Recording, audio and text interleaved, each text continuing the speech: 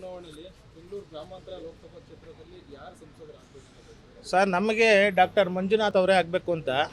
ಯಾಕಂದರೆ ಅವರು ಬೆಂಗಳೂರಿಗೆ ಪಾಪ್ಯುಲರ್. ಒಂದು ಬೆಂಗಳೂರು ಜನಕ್ಕೆ ಎಲ್ರಿಗೂ ಗೊತ್ತಿದೆ ಜಯದೇವ ಅಂದ್ರೇನು, ಜಯದೇವದಲ್ಲಿ ಡೀನ್ ಅಂದರೆ ಏನು ಅಂತ. ಒಂದು ಎರಡು, ಇಲ್ಲಿ ನಮಗೆ ಡಿ ಕೆ ಸುರೇಶ್ ಅವರು 15 ವರ್ಷದಿಂದ ಇದ್ದಾರೆ.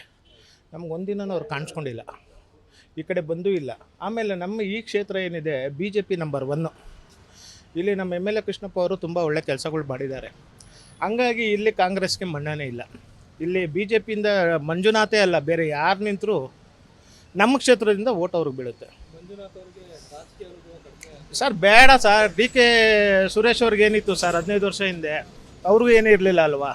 ಈಗ ರಾಜಕೀಯ ಅನುಭವ ಅನ್ನೋದು ಏನಿದೆ, ಒಳ್ಳೆ ಕೆಲಸ ಮಾಡಬೇಕು, ಫಂಡ್ ತರಬೇಕು, ಅಷ್ಟೇ ಅಲ್ವಾ ಸರ್. ಹೇಳ್ಕೊಡ್ತಾರೆ ಸರ್, ಪಿ ಎಗಳಿದ್ದಾರೆ, ಪಿ ಎಸ್ಗಳಿದ್ದಾರೆ ಅಲ್ವರಾ, IAS ಆಫೀಸರ್ಸ್ ಇದ್ದಾರೆ. ಹಾಗಾದ್ರೆ ಈಗ 5 ಗ್ಯಾರಂಟಿ ಕೊಟ್ಟಲ್ಲ ಕಾಂಗ್ರೆಸ್, ಅದು ಇದು ಪ್ಲಸ್ ಆಗಲ್ವಾ? ಏನು ಸರ್ ಗ್ಯಾರಂಟಿಗೆ ಹೋದಕ್ಕೆ 2,000 ರೂಪಾಯಿಲಿ ಏನು ಸರ್ ಹೆಣ್ಮಕ್ಳು ಜೀವನ ಮಾಡ್ತಾರೆ?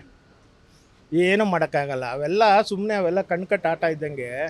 2,000 ರೂಪಾಯಿ ನೋಡಿ ಸರ್. ಇವತ್ತು ಒಂದು ಗಾರೆ ಕೆಲಸ ಮಾಡೋರಿಗೆ 800 ರೂಪಾಯಿ ಕೂಲಿ, ಕರೆಕ್ಟ್ ಅಲ್ವಾ? 2,000 ರೂಪಾಯಿ ಏನು ಸರ್ ಸಾಲು? ಅದು ಸಾಲುತ್ತೋ ಇಲ್ವೋ, ತಗೊಳ್ತಾ ಇದ್ದಾರೆ ಜನ. ತಗೊಳ್ಳಿ, ಎಷ್ಟು ದಿನ ಬರುತ್ತೋ ಬರಲಿ, ಬೆನಿಫಿಟ್ ತಗೊಳ್ಳಿ. ಕೇಂದ್ರದಲ್ಲಿ ಯಾವ ಪಕ್ಷ ಬಂದಿದೆ? ಸರ್ ಮೋದಿನೇ ಸರ್, ಮೋದಿನೇ ದೇಶ. ಇವತ್ತು ಭಾರತ ಅನ್ನೋದೇ ಮೋದಿ. ಮೋದಿ ಬಿಟ್ಟರೆ ಇನ್ಯಾರಿದ್ದಾರೆ ಸರ್? ಹೋಗಲಿ, ಅವ್ರು ಬಿಟ್ಟರೆ ಬೇರೆ ಇನ್ಯಾರಾದರೂ ಒಂದೇ ಒಂದು MP ಕ್ಯಾಂಡಿಡೇಟ್ ತೋರಿಸಿ ನೋಡೋಣ, ಅಷ್ಟು ಡೇರಾಗಿ ಮಾತಾಡೋರು. ಇದ್ದಾರೆ ಸರ್. ಫಸ್ಟು ನೀಟಾಗಿ ಮಾತಾಡೋಕ್ಕೆ ಹೇಳಿ ಸರ್.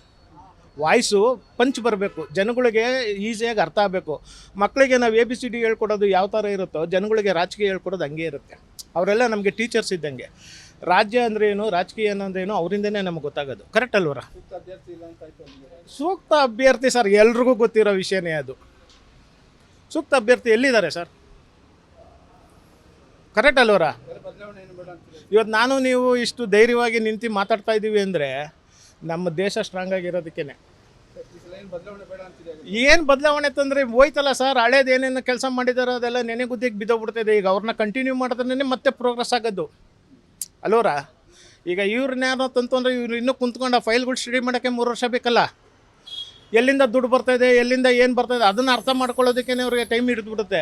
ಮತ್ತು ಕೆಲಸಗಳೆಲ್ಲ ಲ್ಯಾಬ್ಸ್ ಅಲ್ವಾ. ಈಗ ಇವ್ರು ಕಂಟಿನ್ಯೂ ಆಯಿತು ಅಂದ್ರೆ ಹಳೆ ಫೈಲ್ ವಾಪಸ್ ಬರುತ್ತೆ, ಅಷ್ಟೇ, ಕಂಟಿನ್ಯೂ ಆಗುತ್ತೆ.